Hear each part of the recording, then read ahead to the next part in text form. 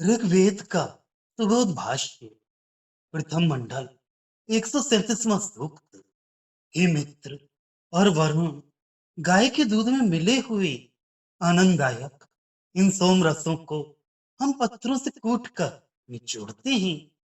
ये सोम निश्चय से आनंद देने वाले हैं, इसलिए तुम दोनों हमारे पास आओ। अत्यंत तेजस्वी तथा द्युलोक को छूने वाले तुम दोनों हमारे पालन पोषण करने वाले होकर हमारे पास आओ।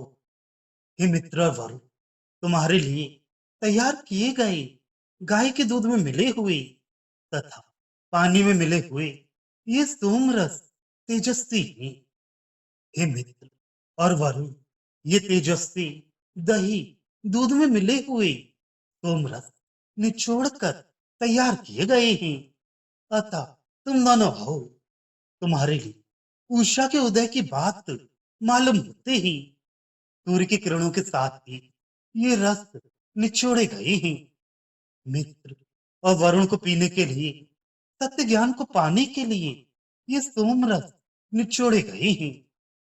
हे मित्रा वरुण, यज्ञ करने वाले तुम्हारे लिए दुधारू गाय जैसे दूध देती है, उसी प्रकार पत्थरों से कूट कर सोम को निचोड़ते हैं।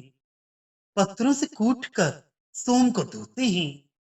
हमारी रक्षा करने वाली तुम दोनों सोम पीने के लिए हमारी तरफ आओ।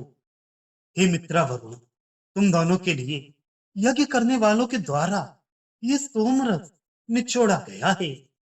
तुम्हारे पीने के लिए ये सोमरस निचोड़ा गया है। भावार्थ, सोमरस अत्यंत तेजस्वी होने के कारण इसके पीने वाले को भी तेज प्रदान करती है।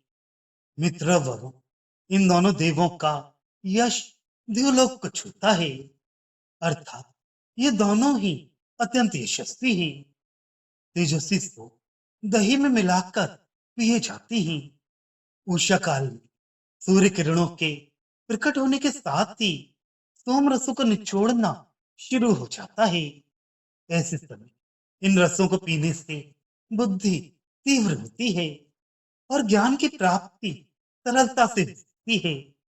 ये सोम पत्थरों से कूटा जाता है, फिर उसका रस पिया जाता है।